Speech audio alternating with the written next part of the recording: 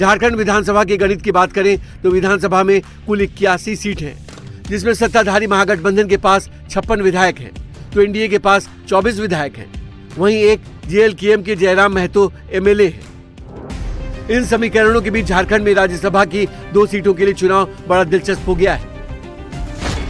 34 सीटों वाली जेएमएम के पास अपने कैंडिडेट जिताने के लिए जरूरी 28 वोटों के बाद 6 सरप्लस वोट बच रहे हैं, तो कांग्रेस के पास 16 विधायक हैं। यदि जेएमएम अपने 6 अतिरिक्त वोट कांग्रेस को ट्रांसफर कर देती है और आरजेडी के 4 विधायक और सीपीआईएमएल के 2 विधायक यदि कांग्रेस के पक्ष में मतदान करते हैं, तो कांग्रेस का कुल आंकड़ा 28 यानी बिल्कुल जादुई आंकड़े तक पहुंच जाएगा। लेकिन कहा जा रहा है कि कांग्रेस के प्रणव झा को कैंडिडेट बनाए जाने से जेएमएम नाराज है। शनिवार को हुई मीटिंग में जेएमएम ने वैद्यनाथ राम को अपना उम्मीदवार घोषित किया है। हम लोग बैठे थे, हमारी जिस प्रत्याशी की घोषणा हुई है वैद्यनाथ राम जी पर, और ये हमारे मंत्री भी रह चुके हैं पार्टी के, और साथ ही वो हमारे पार्टी के उपाध्यक्ष भी हैं और वरिष्ठ नेता हैं। तो और पलामू साइड से किसी का उस साइड से हमारा राज्यसभा में जाना मुझे नहीं लगता कि पहले भी हुआ होगा किसी भी पार्टी से, तो एक बड़ी पहल की है माननीय मुख्यमंत्री हेमंत सोरेन जी ने। बातचीत तो देखिए सीट को लेकर ही हुई है, दोनों अपना अपना पक्ष रख रहे हैं, दोनों अपनी बात कर रहे हैं। अब कांग्रेस ने अपनी प्रत्याशी की घोषणा कर दी, हमारी पार्टी ने भी कर दी।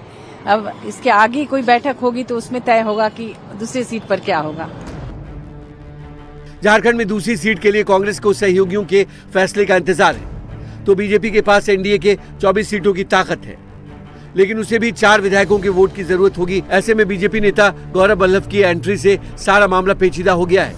हालांकि गौरव बल्लभ ने बीजेपी के प्रत्याशी के तौर पर पर्चा नहीं लिया है, लेकिन 2 सीटों के लिए 6 उम्मीदवारों के नाम आने से क्रॉस वोटिंग का खतरा बढ़ गया है। इधर मध्य प्रदेश में भी राज्यसभा की 3 सीटों के लिए शह और मात का खेल जारी है। यहाँ राज्यसभा की 3 सीटों पर चुनाव होने हैं। बीजेपी के दोनों कैंडिडेट तरुण चुग और रजनीश अग्रवाल ने नामांकन भर दिया। एमपी विधानसभा के मौजूदा आंकड़ों के लिहाज से 2 सीटों पर बीजेपी की जीत तय है, लेकिन तीसरी जीत को लेकर रोमांचक लड़ाई है।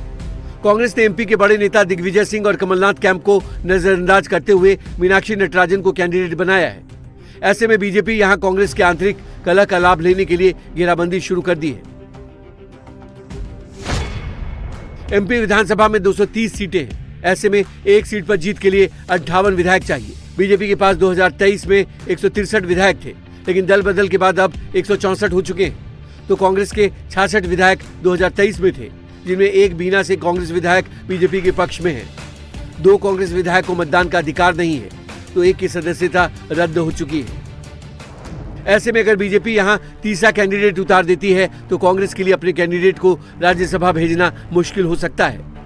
पूरे दृढ़ता से सारे हमारे वरिष्ठ जन, आदरणीय दिग्विजय सिंह जी, आदरणीय कमलनाथ जी, सारे वरिष्ठ और राहुल भैया, उमंग सिंगार जी, सारों ने विधायकों ने एकजुटता से दृढ़ संकल्प के साथ कांग्रेस का प्रत्याशी आदरणीय मीनाक्षी नटराजन जी का स्वागत भी किया और बहुत प्रसन्नता से संकल्प लिया कि कांग्रेस का उम्मीदवार राज्यसभा जाएगा।